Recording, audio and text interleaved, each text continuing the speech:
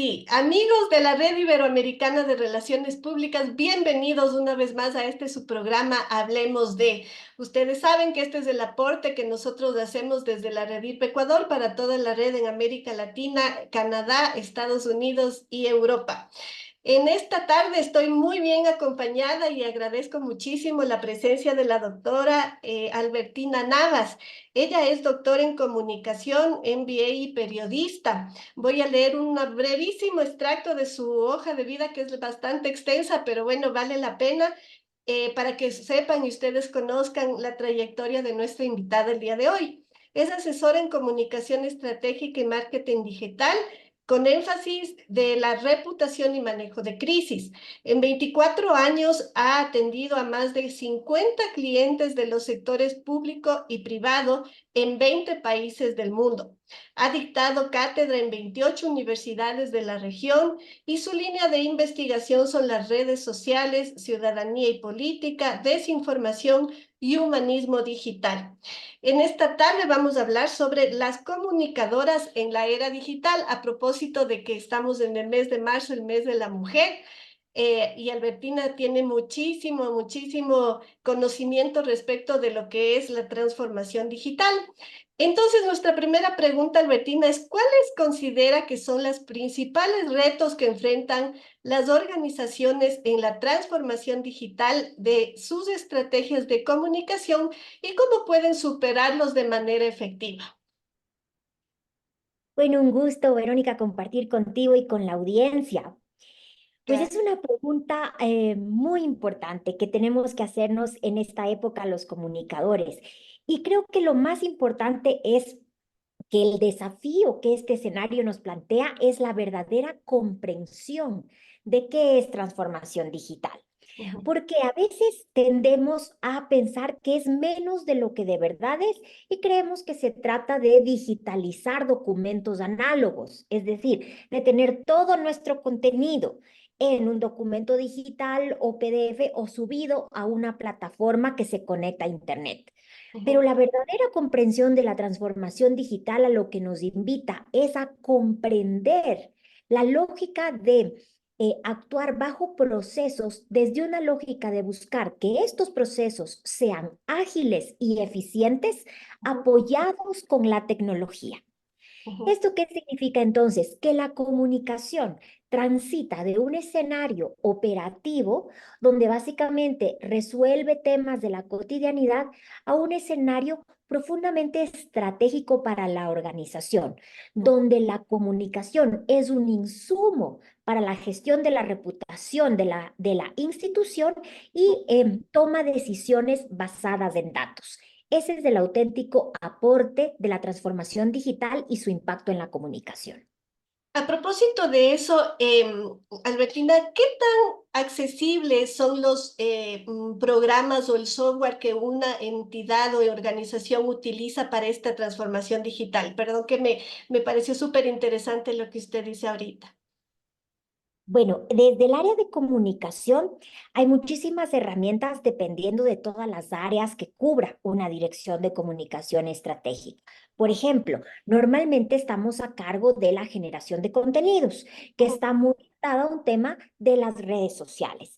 Hay muchas herramientas ahora de inteligencia artificial generativa que nos ayudan, por ejemplo, a desarrollar imágenes, videos, artes e incluso copies, nos sugiere copies que puede ayudarnos a alimentar nuestras redes. Y lo interesante es que no se queda solamente en la generación per se del contenido, sino que hay herramientas que empiezan a identificar los patrones de consumo de esa información y nos empiezan a sugerir los mejores horarios, las mejores redes, la mejor estructura de ese contenido, entonces vamos optimizando resultados.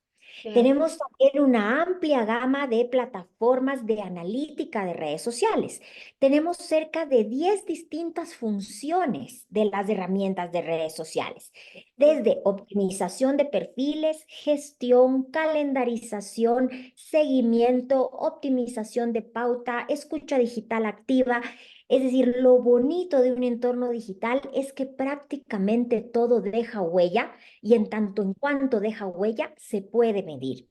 Ujú. Tenemos también herramientas que permiten medir la reputación entre nuestros stakeholders clave a partir de metodologías estándar que nos permiten medir esa temperatura de la opinión de nuestros públicos más importantes respecto de cómo se está comportando nuestra institución. E incluso también, por supuesto, en temas de comunicación interna, hay redes sociales que se utilizan para comunidades dentro de las organizaciones y que entonces podamos tener una suerte de comunidades virtuales que ayudan a amplificar mensajes de la organización. En fin, en todas las áreas de la comunicación estratégica Ujú. vamos a tener plataformas de apoyo, tanto de la gestión como también de la generación de contenidos y sobre todo de la medición de patrones para mejorar ese desempeño. Los resultados, ¿no? Las métricas. Y a propósito de lo de la reputación digital, en relación con la reputación digital, ¿cómo cree que las empresas pueden gestionar de manera efectiva tanto su propia reputación como la de sus empleados en un entorno digital cada vez más complejo y veloz, ¿no? Tan rápido. ¿Cómo podríamos hacer? Bueno, la gestión de la reputación es ahora el corazón de las direcciones de comunicación. Y Ujú, básicamente, ¿qué entendemos por reputación institucional? Y la reputación institucional tiene tres componentes que interactúan. El ujú, primero es el del reconocimiento. La reputación está relacionada con una validación del otro respecto de lo que yo soy o respecto de lo que yo hago. Esto implica entonces un segundo factor que es el cumplimiento de un compromiso. Te estoy cumpliendo o no como marca, te estoy cumpliendo o no como institución con esa propuesta de valor que nos convoca. Y lo tercero es la satisfacción de expectativas. Es decir, la gestión de la reputación tiene mucho de gestión de las percepciones, porque puede pasar que yo efectivamente cumpla en lo funcional y que aún así mis públicos clave no se sientan satisfechos. claro. Entonces, siempre vamos a tener la interacción entre estos tres componentes, el reconocimiento, el cumplimiento y las expectativas. En Ujú, esa medida, la reputación digital de las empresas es importantísimo que sea correctamente gestionada. Y básicamente la reputación digital es una suerte de balance entre tu huella y tu sombra digital.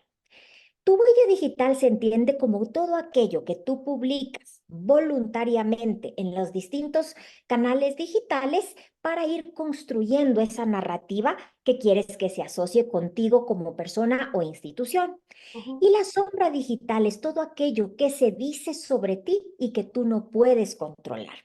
mm. Entonces, ¿dónde está el arte de la gestión de la reputación? En que ese saldo entre huella y sombra digital resulten positivos para la organización. ¿Cómo se logra eso? Pues por un lado, aumentando la huella digital de manera consistente, profesional, en los canales adecuados, en el tono adecuado, con los mensajes clave pertinentes, pero lo mejor que puede pasarte es que la sombra digital, lo que se dice sobre ti, sea tan positivo que sea tu misma comunidad quien valide tus valores, tus aptitudes, tu experiencia y quien te respalde en un momento de crisis. Ese Ahí es donde sería el está. ideal, ¿verdad? Ese es el ideal que toda empresa quisiera. Tal vez conoce algún ejemplo de alguna empresa que lo haya logrado. Bueno, sí, muchísimas. Voy a citar una del Ecuador hace unos años para que no hagamos asociaciones directas a marcas, pero en una cafetería de una escala mediana. Ellos recuerdo que decidieron hacer de Twitter su canal de recepción de quejas para brindar servicio al cliente. ¿Ya? Y entonces a través de eso recibían quejas y las gestionaban. Tenían una buena práctica importantísima que era que respondían en público, no solamente en mensaje directo.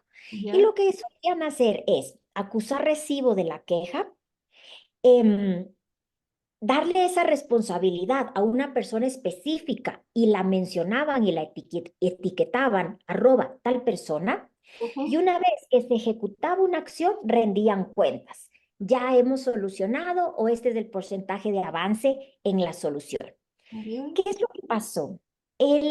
Los consumidores transitaron de una lógica de clientes insatisfechos a una lógica casi de embajadores de marca porque se sintieron escuchados.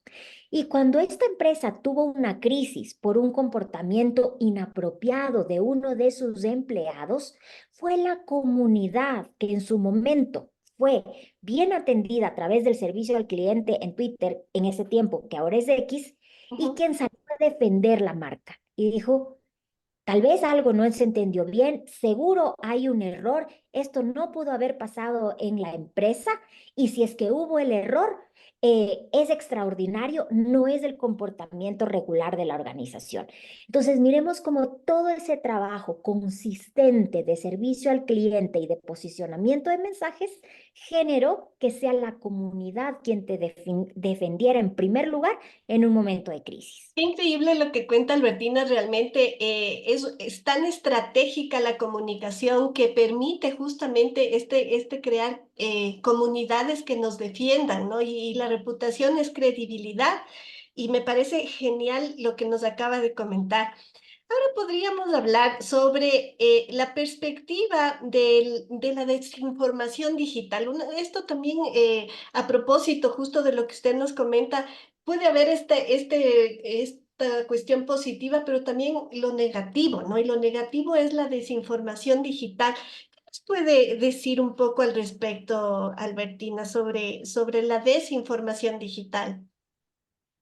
Este es un tema importantísimo y que creo que ahora cobra más relevancia que nunca, porque la desinformación, que es el nombre técnico y correcto, es lo que vulgarmente se llama fake news. Ujú, Pero ¿por qué no hablamos de fake news y hablamos de desinformación? Porque el fake news podría hacerse una traducción exacta y decir que son noticias falsas. Pero ujú. si fuera así de simple, sería muy fácil de identificar. La complejidad de este fenómeno es que tiene muchos matices. Es que puede estar información verdadera mezclada con información falsa. Puede ser información verdadera en un contexto falso o en un contexto al que no corresponde. Puede ser información falsa en un contexto verdadero e incluso puede ser información verdadera sin contexto. Es decir, es cualquier tipo de manipulación de uno de los elementos del proceso informativo con el fin específico de inducir a una conclusión no válida. Por eso es muy importante que estemos claros en el peligro que representa la desinformación, porque se genera un efecto que se llama el espiral del silencio. ¿Y qué es esto? Se empiezan a posicionar narrativas dentro de comunidades digitales pequeñas. Por ejemplo, pensemos en el grupo de WhatsApp de nuestros vecinos, del edificio, del condominio, de la organización, del barrio. Entonces, digamos que todos aparentemente parece que tienen la misma opinión y cuando alguien da una opinión disidente, ¡pum!, le caen todos. ¿Cuál es la reacción natural de ese usuario? Decir, autocensurarse. Ups, no voy a volver a decir esto. Y empieza a dejar de participar en la comunidad. ¿Cuál es el efecto de esta autocensura? Que todo el resto que sí participan extrapolan esa narrativa a toda la comunidad o a toda la sociedad. Entonces dicen, todos creen que van a votar por este ciudadano, por ejemplo, o que todos dicen que no van a votar por tal. Y si en realidad entramos al detalle, son mis 25 contactos con quien tengo más relación. No es la sociedad, no es la sociedad quiteña, la sociedad ecuatoriana, la sociedad de un país. Realmente es una sociedad pequeña. Entonces, el gran riesgo de la desinformación es que por estos efectos de cámaras de eco y de espirales del silencio, terminemos tomando decisiones erradas, pensando que esa es la verdadera temperatura de la opinión pública. Mm.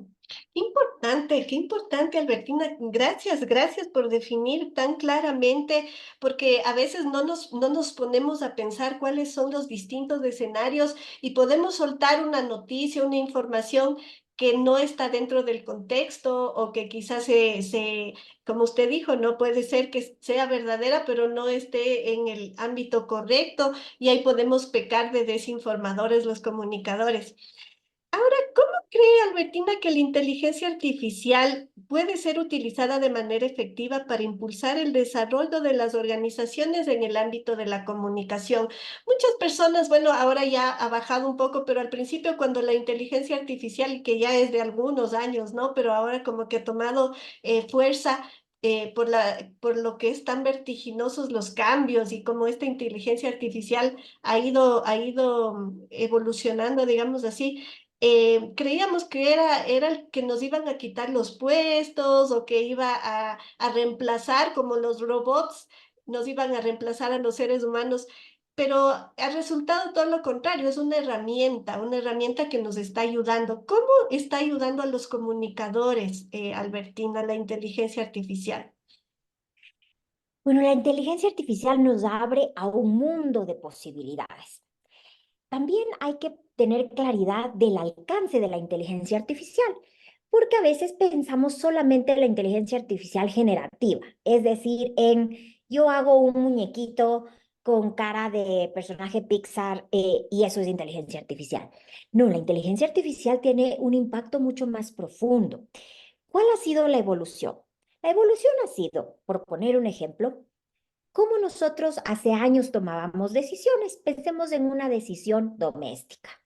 Llego a mi casa, veo en el refrigerador que no hay queso y anoto en mi cuaderno, mañana comprar queso. Ese era en un mundo análogo, Ujú. sin tecnología transversal. Luego dimos un primer salto cualitativo. Y llego a mi casa, veo que se acaba el queso y me llega una aplicación, un recordatorio que calendariza que mañana debo comprar queso. Bien, un primer salto cualitativo. Pero ¿hacia dónde estamos llegando con la inteligencia artificial? Estamos llegando a que ni me percato que se acabó el queso, llego a mi casa y ya se ha reemplazado el queso que se acabó con un nuevo queso del sabor que me gusta, en el supermercado que me gusta, que mi refrigeradora inteligente ya hizo el pedido antes de que se acabara. Ese es el alcance de la inteligencia artificial actualmente. Ya no es solo generar contenido, es tomar decisiones basadas en el comportamiento que han aprendido de todas las veces que han capturado nuestra información. Entonces, en este marco puede ser tremendamente positivo como tremendamente riesgoso. Ujú. Esto ha generado maravillosas aplicaciones en la salud de una predicción muchísimo más granular y a tiempo de diagnóstico de enfermedades, como también ha permitido que los drones sean más letales en la guerra de Ucrania. Hay Claro. las dos posibilidades. En este marco, entonces, ¿dónde los comunicadores encontramos una ruta? Y yo le llamo las cuatro rutas del humanismo digital. Es decir, es no perder el foco de que hay personas siempre detrás de la tecnología o que accionan la tecnología o que pueden usar la tecnología. Y yo digo que hay cuatro As para los comunicadores. La primera es aprender. Los comunicadores estamos llamados a familiarizarnos con la tecnología, a perder el miedo, a siempre tener esa curiosidad, esa capacidad de asombro, ese espíritu. Debemos ser los aliados naturales de la tecnología porque es un canal que nos permite amplificar nuestro mensaje. Lo segundo es aplicar. Tenemos que ser adoptadores tempranos de la tecnología, los que aplicamos, utilizamos, probamos, pero con una particularidad, no desde una lógica 100% tecnologicista, sino empática, porque los comunicadores tenemos esa maravillosa virtud de contar historias que conectan con las personas. Lo tercero es analizar, es decir, no perder nuestro pensamiento crítico para poder orientar a nuestro público que nos sigue y poder decirle, esto tiene estas implicaciones. Tome usted su decisión, pero tome una decisión informada. Y finalmente, aportar, es decir, el espacio que los comunicadores dejamos. Si no usamos adecuadamente y con solvencia la tecnología, lo pueden tomar usuarios que pueden hacer daño a esa misma audiencia. Por eso me gusta mucho y voy a cerrar la idea con una portada que sacó Harvard Business Review en el año 2023 y decía, la inteligencia artificial no va a reemplazar a los humanos, pero los humanos que dominen la inteligencia artificial sí van a reemplazar a los humanos que no utilicen la inteligencia artificial. Ese es el reto y esa es la invitación a nosotros como periodistas, que hagamos de estas herramientas un aliado que nos permita amplificar el mensaje, llegar a las audiencias necesarias, seguir orientándoles y aportándoles con todas las dimensiones propias de un contenido hecho rigurosamente. Ujú. Qué interesante, Albertina. Justamente me acuerdo que en alguna otra conversación habíamos hablado de esto, de que si es que la inteligencia artificial deshumaniza a las personas. Y con lo que nos acaba de decir ahorita nos aclaró muchísimo el concepto y le agradezco muchísimo. Ahora, ¿cómo cree que las empresas pueden encontrar un equilibrio entre la adopción de tecnologías digitales avanzadas y la preservación de la autenticidad y la humanidad en su comunicación con su audiencia? Algo ya nos contestó, pero tal vez habría alguna cosita que añadir. Correcto, esto es algo muy importante porque el consumidor, si bien es cada vez más exigente y exige respuestas y soluciones en tiempo real, al mismo tiempo de que esto está pasando, también nos cuestiona de que esas respuestas sean 100% automatizadas. Ujú, Y no les gusta sentir que hablan con un robot, les exacto. gusta sentir que hablan con una persona. Entonces, ese equilibrio está haciendo que la tendencia de las plataformas de inteligencia artificial sea a que vayan aprendiendo más del comportamiento humano y que su tono y su respuesta y su mensaje sea mucho más cercano a lo que sería el comportamiento de un humano. Ujú, Entonces, realmente estamos frente a ese gran reto. Por un lado, las tecnologías nos van a ayudar a hacer a los procesos más ágiles y a automatizar muchos procesos que por ahora son todavía más operativos. ujú, Lo que tenemos que cuidar es que finalmente nuestro consumidor final o nuestro usuario final lo que busca es relacionarse con una institución a la que sienta cercana, a la que sienta como una persona que le tiende un vínculo y no un robot. Entonces, en la humanización de la tecnología, fíjese que lo pongo al revés. A veces pensamos que el riesgo es la deshumanización de las personas. Y yo exacto. lo que pienso es que el desafío es la humanización de la tecnología para que podamos mantener entornos eficientes, pero empáticos. Ujú. Qué interesante. Yo me acuerdo que vi alguna vez, no estoy muy segura en qué país, pero debe haber sido Holanda o alguno de estos centros comerciales que tú ya solamente vas y no hay ni una cajera que te cobre nada, solamente aplastas botones y ya en tu celular pones qué es lo que vas a comprar, te fuiste y te llega a la casa, ¿no? O sea, ha llegado a tal punto pero es tan interesante lo que usted dice de que nosotros los seres humanos nos gusta que nos atiendan con calidez, con alegría, con estos sentimientos de cercanía y justamente yo sí pienso que la tecnología llegará a un momento en el que se humanice, como usted dice. Ahora, hablando del Ecuador, ¿en qué, ¿en qué periodo, en qué etapa estamos, Albertina? ¿Qué nos falta o qué hemos caminado? No sé. Bueno, yo creo que es muy dispar el desarrollo.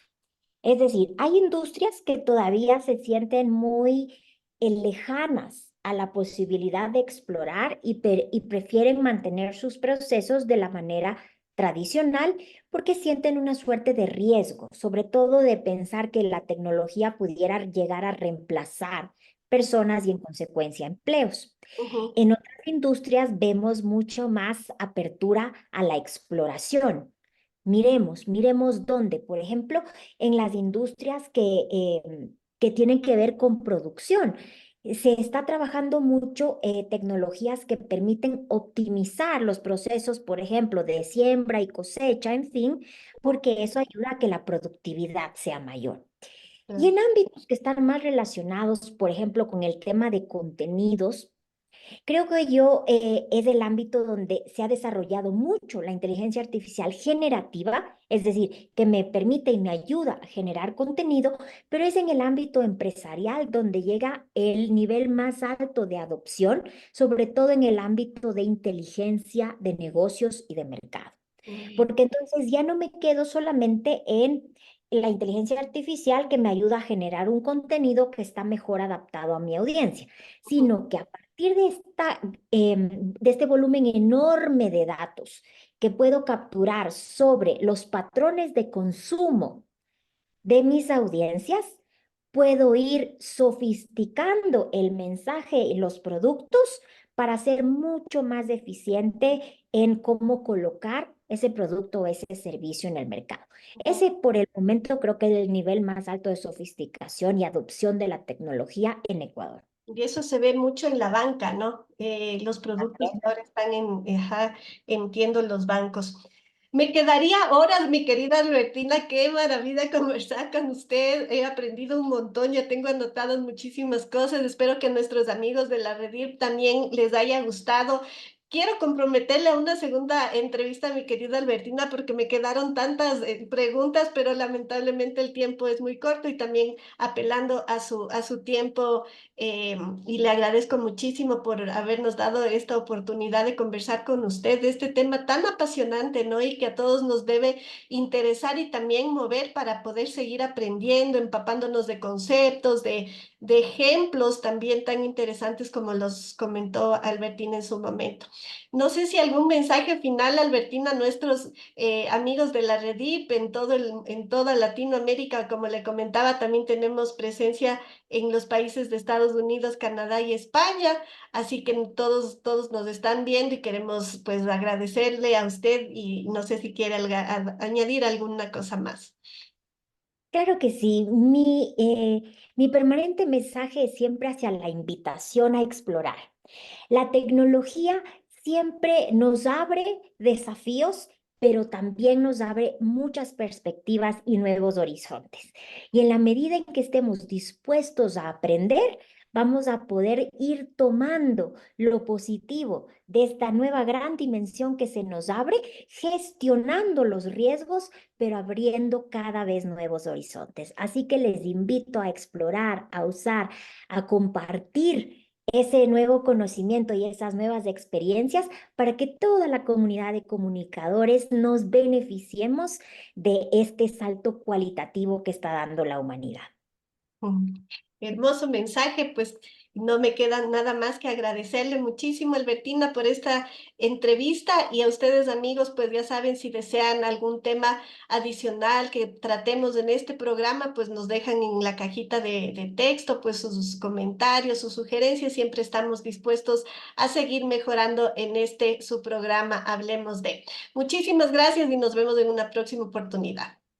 Claro que sí, Verónica, siempre será un gusto. Muchas gracias.